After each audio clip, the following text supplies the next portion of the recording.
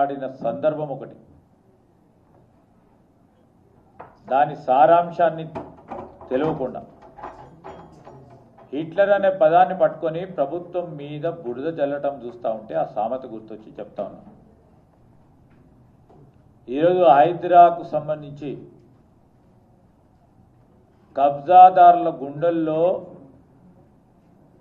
భయం వణుకు పుట్టిస్తూ ఉంటే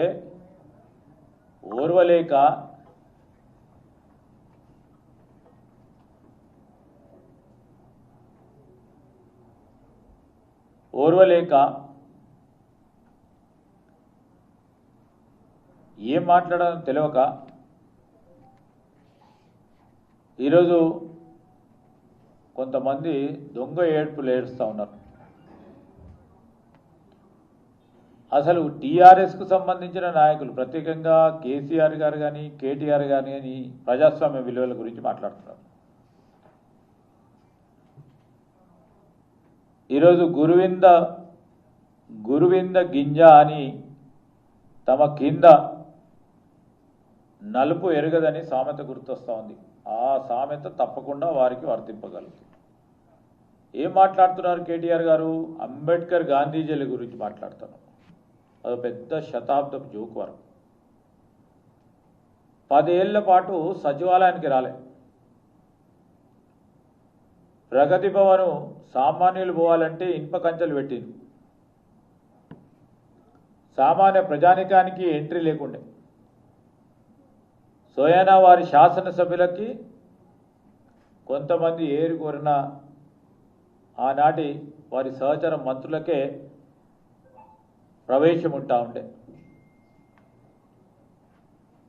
ఖచ్చితంగా చెప్తా ఉన్నాం, బంకర్ ఏ విధంగా ఉండే అక్కడ నాజీలు పెట్టిన హిట్లర్ బంకర్ లాగా ఉంటుండే. అన్ని తీసినాం మేము. అది గాంధీ మార్గం. అది ఈరోజు ఫోన్ ట్యాపింగ్, ప్రత్యర్థులపై వారి సొంత పార్టీ నేతలపై ఫోన్ ట్యాపింగ్ సంబంధించిన నిఘా పెట్టిన ఘనత వారిది.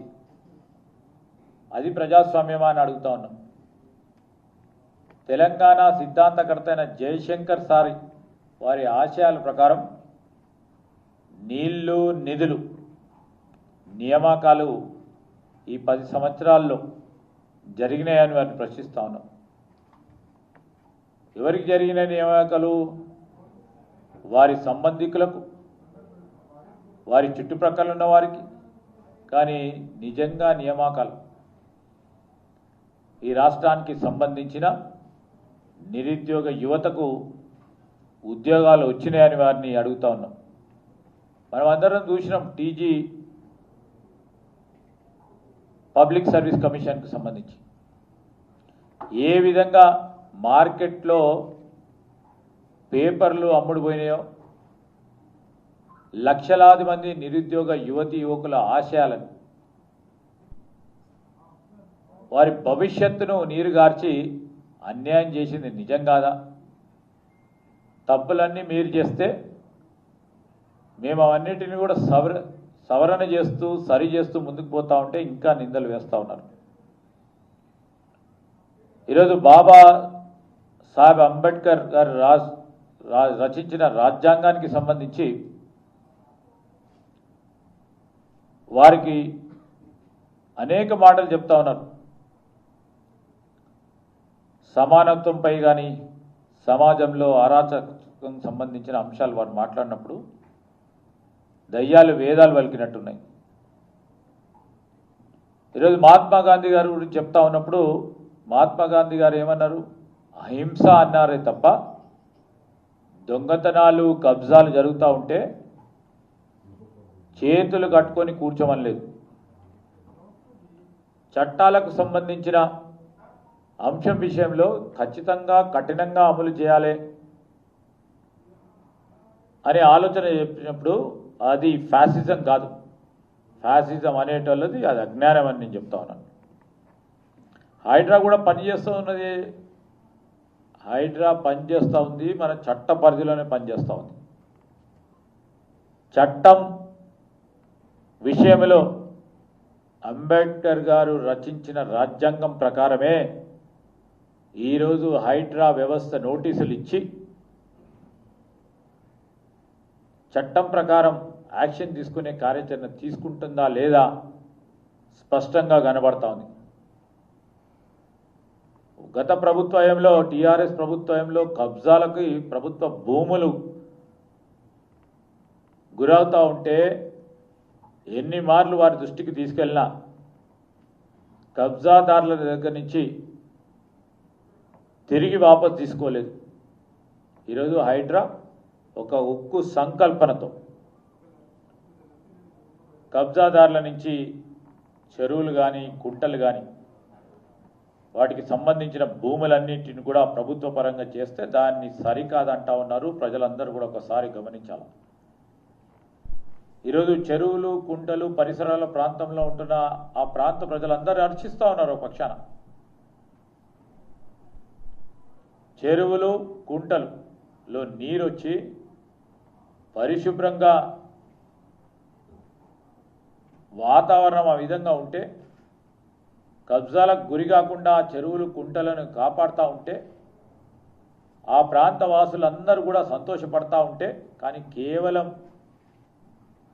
బాధపడేవారు ఎవరంటే టీఆర్ఎస్ సంబంధించిన నాయకత్వం, టీఆర్ఎస్ సంబంధించి మరి ప్రత్యేకంగా మేము అడుగుతా ఉన్నాం, ఎందుకంత కేటీఆర్ గారు బాధపడతా ఉన్నారు? కబ్జాకు గురైన భూమిని ప్రభుత్వ పరంగా తీసుకుంటే మీరెందుకు బాధపడతా ఉన్నారు? ఆనాడు కబ్జా చేసి ఇతరులకు చాలా పేదవారికి ఎవరైనా మోసం చేసి ఉంటే ఆ పేదవారిని కూడా కాపాడతాము, ఏ విధంగా నష్టం కాకుండా చూసే ప్రయత్నంలో 2 బెడ్రూమ్ల ఇల్లు కానీ లైవ్లీహుడ్కు సంబంధించిన అంశం కానీ ఆ వ్యవస్థలను ఏర్పాటు చేసుకొని ముందుకు పోతా ఉంటే ఎందుకు అంత అసహనం?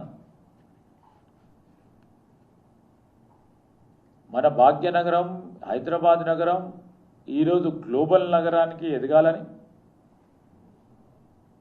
పరిశుభ్రమైన నీరు పరిశుభ్రమైన గాలిని పీలవాలనే కార్యక్రమ భాగంలో ముందుకు నడుస్తూ ఉంటే ఈ మార్పు అవసరమని ఆలోచన చేసి ముఖ్యమంత్రి గారు మార్పు తీసుకొస్తా ఉన్నారు. దీన్ని ప్రతి మేధావి, ప్రతి పౌరుడు, ప్రతి సామాన్యుడు స్వాగతిస్తూ ఉంటే మీరు ఎందుకు అంత ఇబ్బంది పడతా ఉన్నారో చెప్పాలని అడుగుతా ఉన్నాం. మా డిఎన్ఏలో ఎప్పుడు కూడా క్రూరత్వాన్ని, అదేవిధంగా హింసాత్మక ఫ్యాసిజాన్ని ఎప్పుడు కూడా సహించేది లేదు, సమర్థించేది కూడా లేదు. హిట్లరు ఆనాడు వారికి సంబంధించిన ఫిలాసఫీకి సంబంధించిన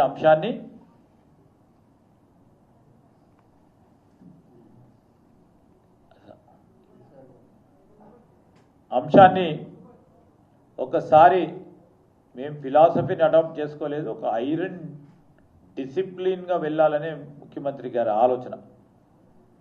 ఆ ప్రయత్నంలో ముందుకు పోతా ఉన్నాం. తెలంగాణ సమాజం ఎవరి అహంకారంపై తిరగబడి ఎవరిని గద్దెదించి ప్రతిపక్షంలో కూర్చోబెట్టిందో అసెంబ్లీ వారికే కాదు, లోక్సభలో కానీ స్థానిక సంస్థల ఎన్నికల్లో కానీ అటు గ్రామ పంచాయతీలో కానీ ఇటు మున్సిపాలిటీలో కానీ ఇదే నిదర్శనం కేటీఆర్ గారు. నేను ఒకటి మాట మనవి చేస్తూ ఉన్నా. ఈరోజు ఆనాడున్న మాజీ ముఖ్యమంత్రి కేసీఆర్ గారి మాటలు ఇంకా అదే కాదు సార్, ఆయనతో చెప్పు, ఇద్దరు కంటే కూడా ఎక్కువ టెలిఫోన్ అర్థమైందా? కేసీఆర్ సార్ ఉగ్ర నరసింహుడు కాదు, ఇప్పటి సంది హిట్లర్. అయితే ఏ ముచ్చట్ల హిట్లర్ అవతారం ఎత్తిండి అనేది కూడా తెలియాలి కదా, అది కూడా సారే చెప్తాడు. ఇనుండ్రి డెఫినెట్ గా దొంగల పాలిట కేసీఆర్ హిట్లరే, తప్పుడు పైరవి చేసే వాళ్ళ పాలిట హిట్లరే. I wanted to be Hitler, I don't feel shy. ప్రభుత్వం డబ్బులు ఇష్టం వచ్చినట్టు ఉద్యోగం చేస్తే వాళ్ళని హిట్లర్ కాదు, హిట్లర్ సాధ్యపడినట్టు బాగా బిహేవ్ చేస్తాం. ఇదన్నా ఆ రోజు వారు